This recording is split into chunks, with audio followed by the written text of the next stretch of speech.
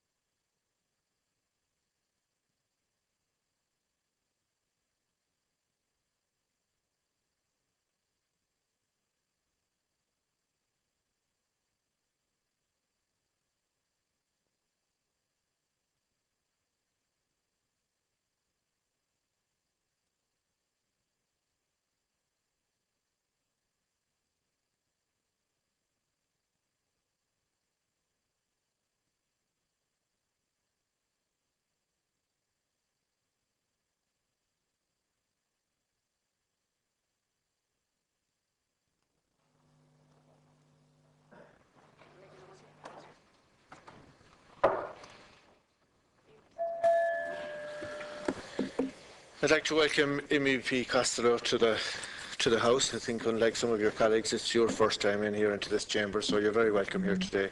And we wish you well with your deliberations today. So, I call on you. You have 20 minutes, MEP.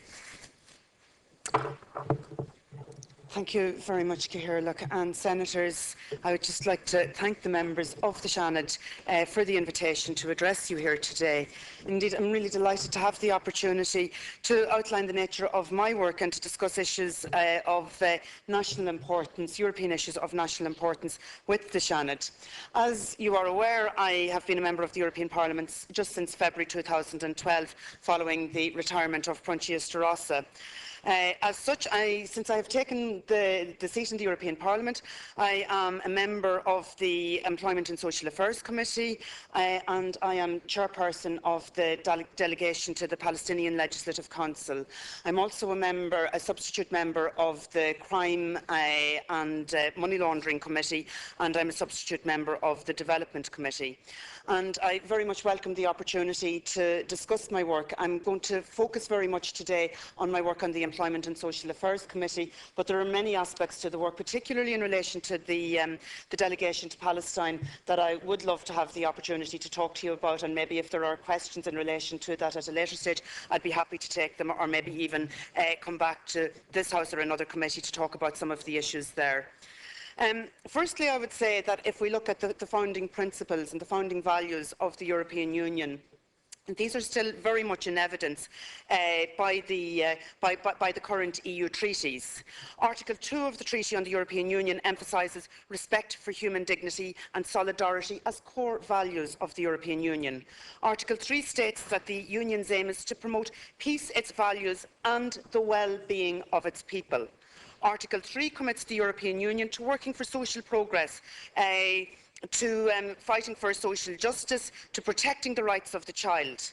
And Article 9 of the much maligned Lisbon Treaty has in fact one of the most important aspects to a European treaty, which is the social clause. This requires the EU to take the promotion of high levels of employment, adequate social protection and fight against social exclusion into account in all its policies. And indeed, these founding principles and values are again enunciated in the EU 2020 strategy, which was agreed in June 2010. EU member states' governments have agreed to 5 EU headline targets for 2020, and these include achieving a 75% employment rate by 2020, reducing the school dropout rate to below 10%, and reducing the number of people at risk of poverty by at least 20 million by 2020. But we know and we are aware that the economic crisis is clearly affecting Europe's ability to achieve these targets and is exacerbating poverty and social exclusion. At the start of the crisis, unemployment rose and the number of jobless households increased. At the same time, the risk of poverty material deprivation began to rise, reversing previous trends towards a reduction in the number of people at risk of poverty and social exclusion. By 2011, almost a quarter of a total of the EU population, about 120 million people, including 25 million children, were at risk, a rise of 6 million in just 2 years. Over 40 million suffer from what's called severe material deprivation, the inability to pay housing or utility bills or to keep one's home warm. 1 in 10 under 60-year-olds live in households with low work intensity.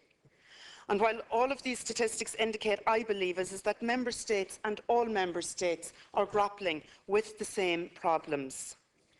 But some are doing better than others. And this bears out what EU Commission President said, President Manuel Barroso told the European Parliament last September, when he stated, "It is precisely those European countries with the most effective social protection systems and with the most developed social partnerships that are among the most successful and competitive economies in the world."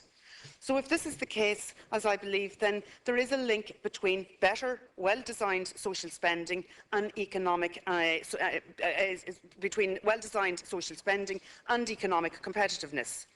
So Europe must therefore take a longer-term view and take the challenges into account, such as demographic change. It should view sound social spending not just as merely compensation, but as a positive investment in the future, as an investment for prosperity that is on a par with education, training, accident prevention and health promotion.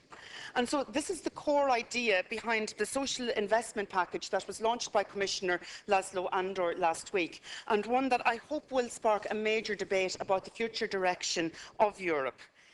The social investment package actually emphasises the importance of pursuing a social investment approach because the Commission, like Labour's political group in the European Parliament, the Socialists and Democrats, believe that Europe needs to shift its focus towards investing in people.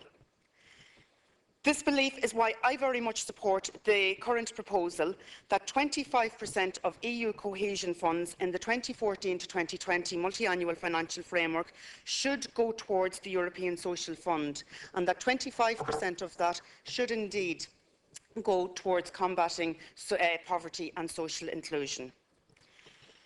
In practical terms, social investment does mean focusing on policies that help prepare people for life's challenges, rather than just waiting to repair the consequences of failing to meet those challenges. In fact, social investment is essential as they help prevent us in having to pay too much higher bills for the future. And I would just like to concentrate here this morning on two current aspects of social investment priorities that I am pursuing in my work in the European Parliament. One is implementing a youth guarantee to help youth unemployment, reaching out to people at the very margins of our society. One is implementing a youth guarantee, and we very much hope that there will be good news on that this morning from the EPSCO Council.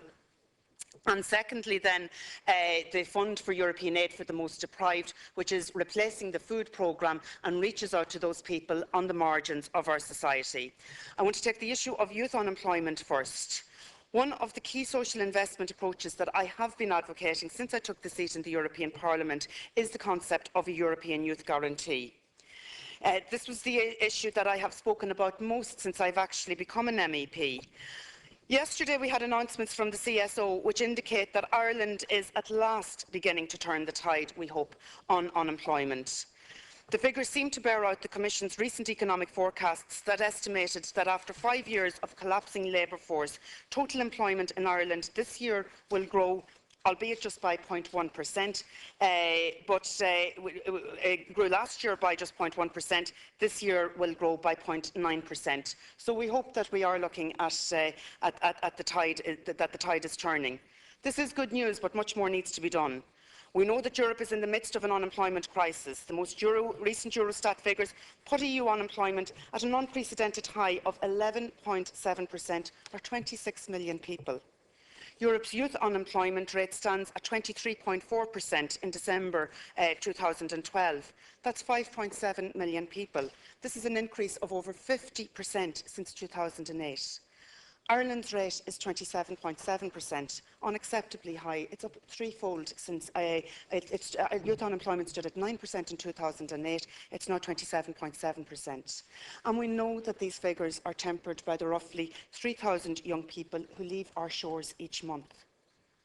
Youth unemployment risks scarring a generation of young people, and indeed research indicates that periods spent unemployed at the start of one's working life can have very negative effects later on in terms of career prospects, future salaries, pensions and indeed people's health. Youth unemployment limits the lives of young people. It prevents them from making their contribution to society, and it leads to disengagement, alienation and sometimes crime. No society can be vibrant and competitive if almost 30% of its young workforce is unemployed. And youth unemployment costs in financial terms as well. The Commission put the annual cost of young people not being in employment, education or training, the so-called NEETs people, at 1.2% of GDP, or a whopping €150 billion. And so we know that the best way to ensure that young people find work is to get the economy growing again. And that's why we believe that the €120 billion Compact for Growth and Jobs, which was agreed last June by the European Council, must be implemented in full. In particular, the January decision by the European Investment Bank's Governing Board to increase the European Investment Bank's capital by €10 billion.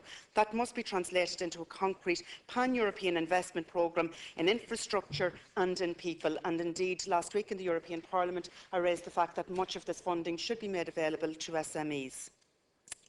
The increase in funding for the EIB would result in an additional €60 billion being available for lending, and could actually leverage an additional €180 billion for investment projects between 2013 and 2015, and we need to be able to draw on that.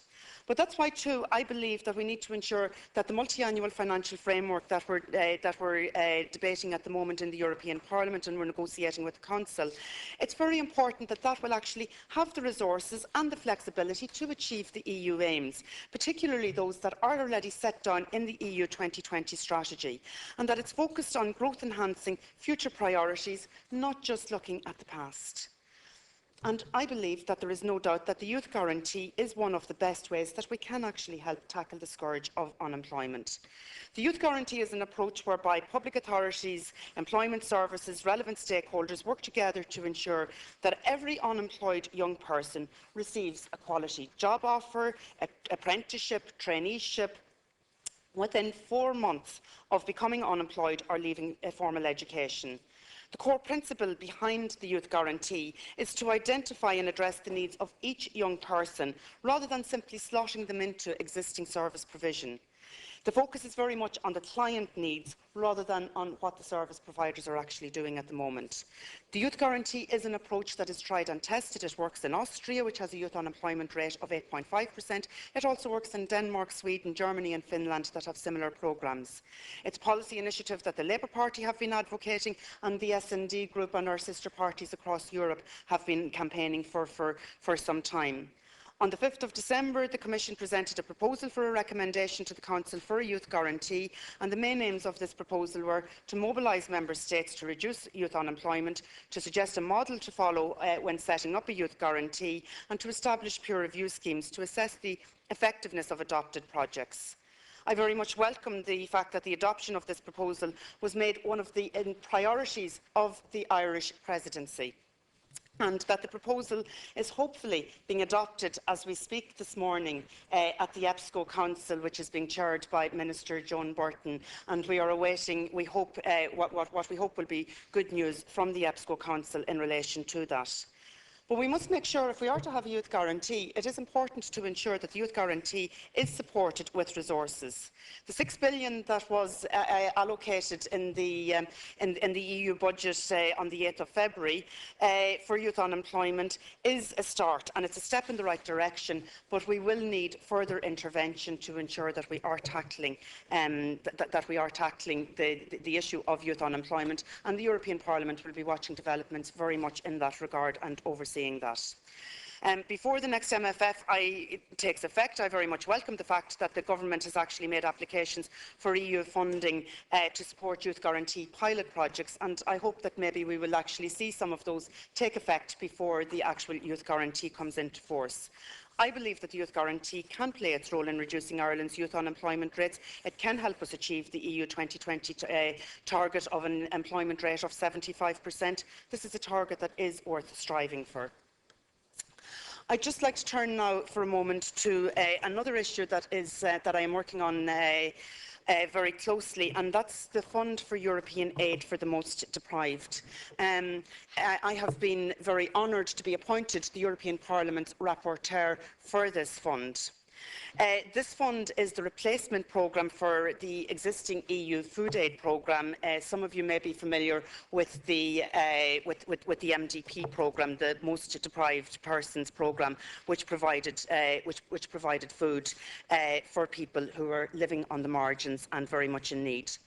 One of the main features of material deprivation, and we have seen some recent reports in relation to child poverty and poverty, and some very alarming statistics being issued over recent weeks.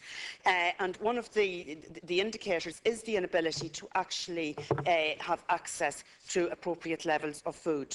I mentioned some of the figures earlier in relation to poverty. There are 43 million people across the European Union who are living in poverty, and that means that they are unable to afford a meal with meat, chicken, fish or a vegetarian equivalent at least once every 2 days. Since 1987, the Aid for the Most Deprived Persons, the MDP, enabled Member States to release stocks of intervention and surplus food for distribution as food aid. There are 20 Member States currently participating in the MDP programme. There are about 19 million people benefiting annually. This is really the only European programme that directly reaches out to people living at the margins of our society.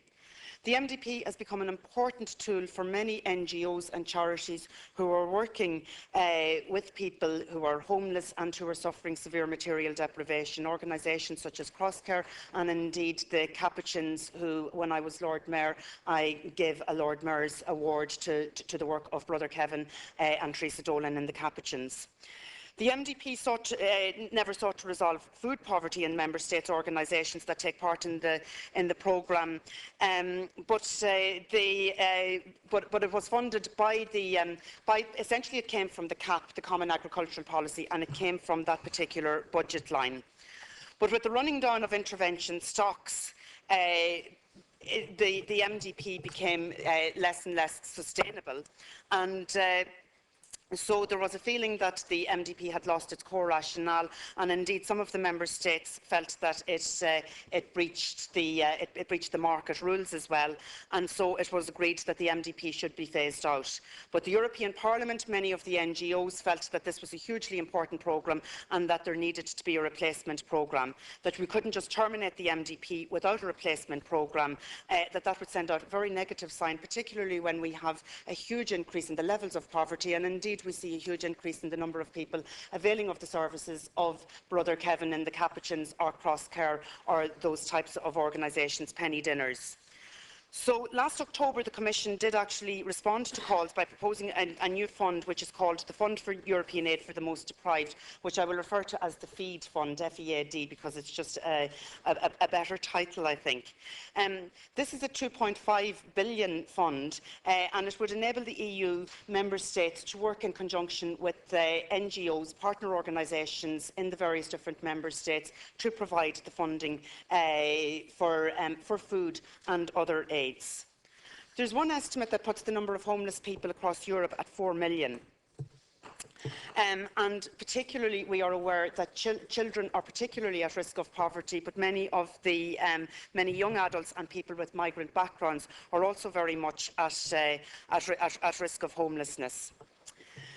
The idea behind the FEAD programme is that it would continue to support schemes that address food deprivation, but it would for the first time also support the provision of everyday items that homeless people and materially deprived children can't actually access.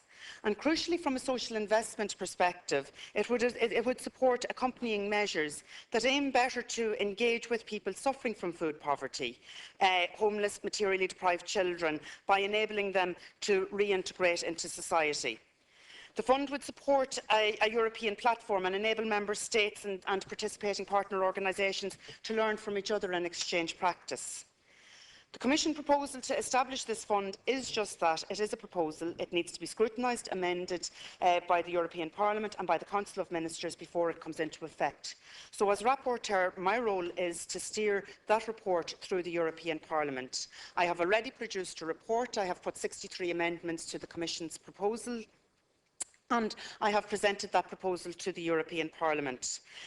Many of the issues that I set out in my amendments to the Commission's proposal cover a range of issues, such as emphasising the partnership principle, clarifying definitions such as final beneficiaries, accompanying measures, but seeking to protect the dignity of final beneficiaries, strengthening the links between the fund and other European actions, such as in the field of public health, and also, and particularly importantly, eliminating food waste. MEPs now have the chance to table amendments, and we go through a rather complex negotiating process with the MEPs on the one hand and with the Council on the other hand. I do want to stress, though, that while I believe that this fund is important, that 2.5 billion has been set aside for it, and I welcome the fact that the Cypriot presidency's attempts to reduce the level of the fund were not agreed to by the Council, and I also welcome the fact that the fund has actually survived the first phase of the MFF, because there were some discussions that some countries were not in favour of this fund, so it was actually important that it did actually survive the 8th of February MFF negotiations. But I would say that it is important, first of all, to acknowledge that 2.5 billion is a contribution to it on the one hand, and also that we do need to be very vigilant as this fund makes its way through the process with Council and with the European Parliament, that it will remain intact at the end. But I would say, and I have said this at committee, and I met with the Committee of the Regions during the week as well, and we discussed the fund. It is not to be seen as a substitute for comprehensive policies that are needed to reduce and eliminate poverty. And that is the major challenge for us, because I gave you the figures at the outset of the levels of poverty and deprivation that we are actually faced with here in the European Union. So we do need to address that. But this fund does reach out to those on the margins, and it does try to bring them in. So I believe that it is important that at this stage that we send out a strong signal, and that we do actually keep the we do actually keep this fund. That it would be a practical expression of the EU's core values and principles, and it would be a tangible recognition that the Union is willing to play its part in confronting the challenges of poverty and social exclusion. So the proposed FEED programme and the Youth Guarantee approach are two practical expressions of the social investment approach that has currently been taken up at European level. And I very much welcome and support this approach. But I believe that we need to have a debate around social Europe.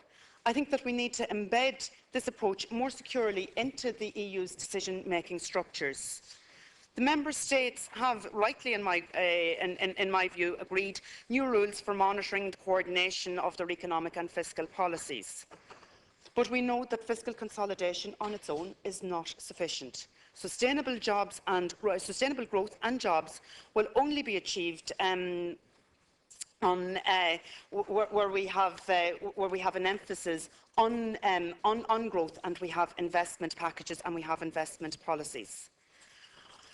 But I believe that we now need to, having addressed the issue of fiscal consolidation, or trying to get our affairs and trying to get our economy back on track is one part of the equation, but the other part of the equation is that we must do the same for our social and employment policies. We must place the same emphasis on investing in people and in education as we do in stabilising our finances. And in short, what I believe that means is that we need a social pact, a so-called fourth pillar. If we're going to have economic, monetary and political union, we need social union, and we need that to be underpinned by agreement, and we need a social pact.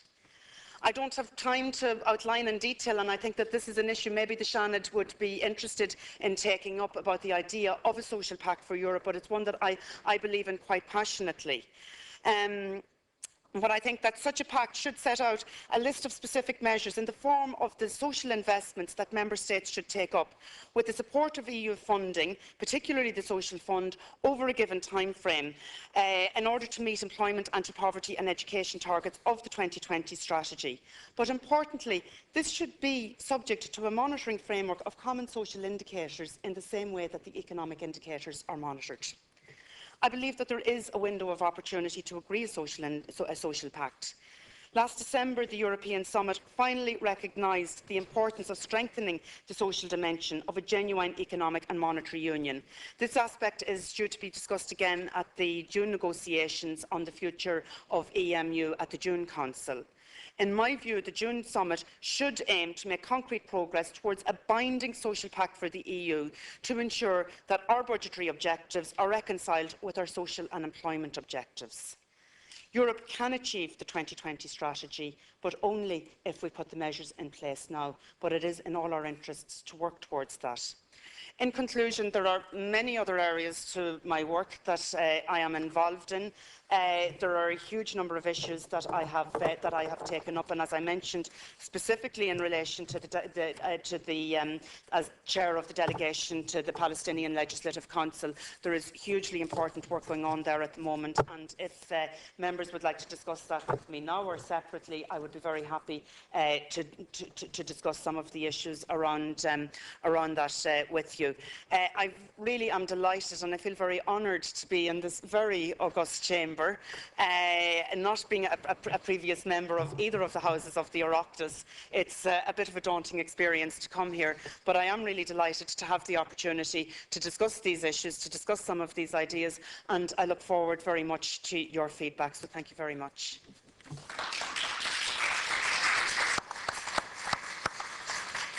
Much MEP Costello. Senator Layton. Thank you, Garmaga Kerlaka. First of all, extend a very warm welcome to MEP Emer Costello to this House in her first visit. But she comes with tremendous experience now as an MEP for the last 18 months or more, or a year at least, and also, of course, as a very effective Lord Mayor of Dublin, where you carried out a very important role, in fact, and it's a great learning experience for anyone to serve in that very important position, and you certainly acquitted yourself extremely well, because I've attended events that you hosted actually when you were Lord Mayor. You also, I think, were a member of the Council of the Regions, and that also gave you European knowledge. And I'm delighted that you are chairman of the links with the Palestinian Council. This is a very important role. And as convener of the Friends of Palestine in the Oireachtas, where we have a very active group, I feel that your role as an Irish representative particularly is more than welcome. And the situation, as you said yourself, hope you have an opportunity maybe of attending a meeting of the Friends of Palestine here in the Oireachtas, which would be a good opportunity to meet at a time convenient to yourself, either on a Thursday evening or wherever it suits yourself.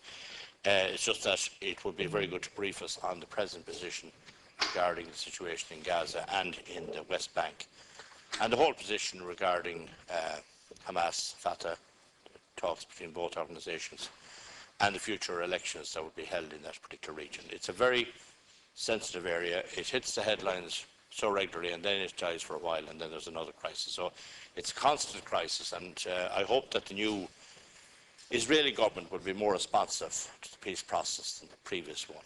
Certainly, the building of the settlements in the West Bank is more than provocative, actually, and it is so fact that we ourselves are an example between Northern Ireland and the Republic. But how would we envisage the building of further settlements in the south when we were in negotiations? You know, it's just unacceptable, and you know, I think people have to go there and see. And you've been there, and I'm not sure, and ask you, have you gone to the Gaza Strip, and I'd like you to maybe give a brief account on that. Now, time is limited, but I'm particularly delighted that you're involved in the whole question of youth unemployment and trying to do something positive. And I put this to Minister Lucinda Creighton on Tuesday, and I've highlighted this issue for some time, and I'd like you to take maybe a personal interest in this. There was a pilot project within the European Union in relation to a form of Peace Corps being established in the European Union. Now, we ourselves could do that here at home, and I feel that in a position where we have so many skilled people at the moment available to work abroad under an organised fashion, like the Niall Mellon Fund, which operates in South Africa, and they have done tremendous work in relation to the building of houses in settlement areas. And I feel that with this opportunity now, that I've been in Nairobi and I've been in the shanty towns there, and people living in unbelievable conditions. And we have all the skills here. We have the architects, the engineers, the plasterers, the builders, the electricians, plumbers. We have every skill possible. Why not, during this present difficulty we have in the crisis, that some of the funding from the Third World Fund, instead of going to questionable governments which have, in cases now, have certainly abused the funding we have sent out, that we would use that in conjunction with the European Union to form some sort of a European brigade to go out to the third world countries and to build houses, quality houses for them. And furthermore, from an economic point of view, we could build in Ireland and export already built buildings and erect in shanty towns, or to develop whole areas, make it a new Ireland over there of quality buildings. And I'd love to see that being carried out under the Army. The Corps of Engineers will be a leadership role. They have a tremendous ability from a security point of view, and I know that there's risk involved. I told me about 6 months. Okay, 6 months mission. So just put that in mind. There is actually work was done in the European Union. From my contacts there, I'm told about that, and in my portfolio.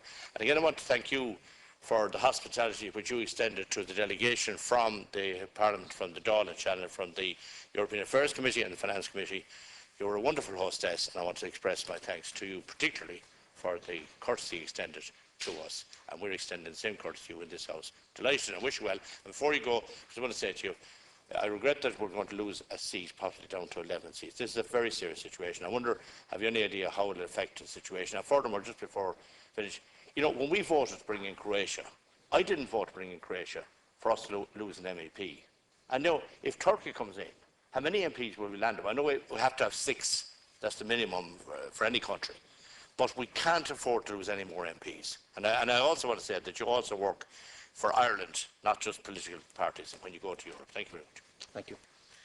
Senator Clune, Thank you you very have much. 5 minutes. Thank you, Cahill and Deputy. You're very welcome. I think we've learnt the correct title, which was you to me, but you're very welcome. And thank you very much for your contribution and sharing information. I think information is very important. To get somebody to deliver it in an oral fashion I find very, very, very useful. And the committee that you're involved in, Employment and Social Inclusion, is probably very well placed, particularly, or very well named, or put together, particularly in light of the difficulties that we're facing across Europe. Well, we're particularly focused in this country on unemployment and the effect it's having on young people, old people across the board.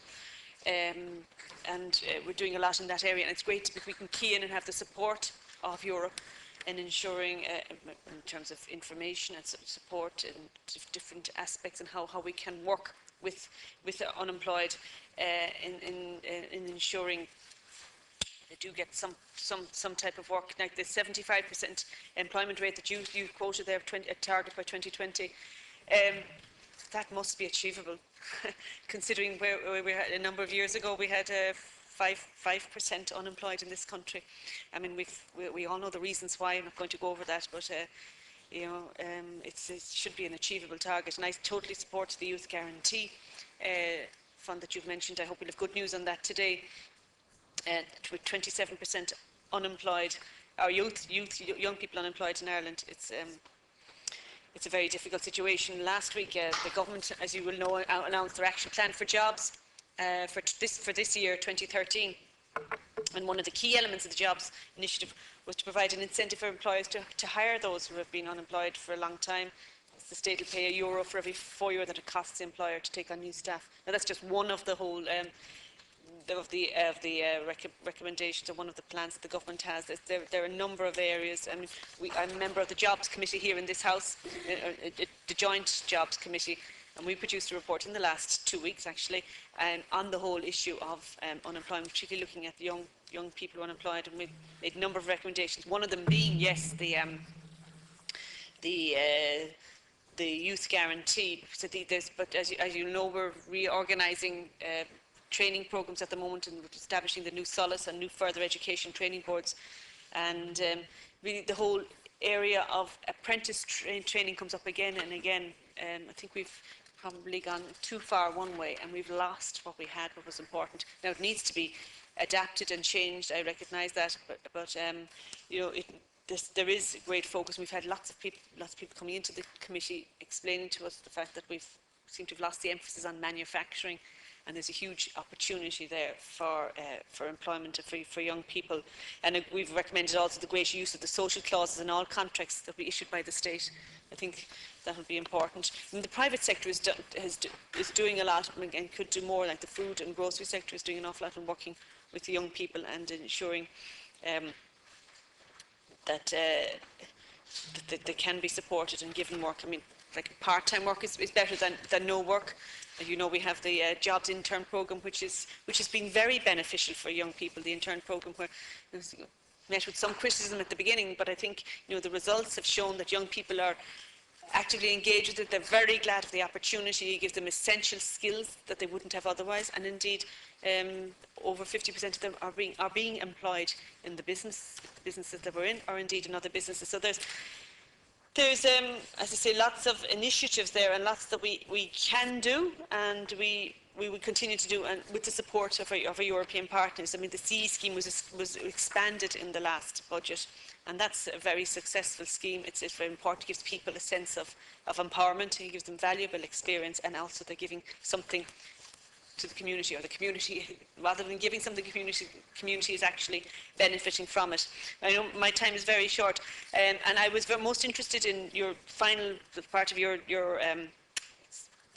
contribution, where you spoke of deprivation and the deprivation fund, and how it's utilised. I think something I wasn't aware of it, and it also support you entirely in what you talk about the social pact, because I think, you know, we need, as we've seen in this country, we've done well within Europe, we've advanced a lot, but we do need to have, it helps to have targets, and it helps to have somebody creating initiatives, and if we sign up to a pact, 9 times out of 10 we do respond. So I think I would support in that, be interested in it, in your comments, further comments on that maybe, and in looking forward as it develops. So thank you very much for your contribution.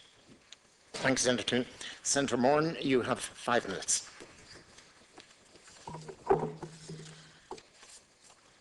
Thank you, Laska Hurley. Caught me unawares there. I would like to welcome Deputy Costello, as you've told me, never met her before now, to the House. I too would like to congratulate you on your appointment as MEP last year, and I know the long and distinguished career that you've had prior to that, as first of all as a Dublin City Councillor, as somebody who's campaigned long and hard for many rights for the people of Dublin over the last 20 plus years, as probably one of the most effective Lord Mayors that we have had. And I'm delighted that to hear today that you've recently been appointed as Rapporteur on the European Parliament for the draft EU regulation proposed by the European Commission to establish this 2.5 billion fund for European aid for the most deprived, or the FEED fund as you've called it, which will provide food and essential goods to deprived people, the homeless and children over the 2014 to 20 period. Again, I know that you've said that this will take over from the food distribution programme that's in place at the moment, but I would appreciate if you just elaborate perhaps on the progress of this important initiative to date, just a little bit more, and when we can expect its definitive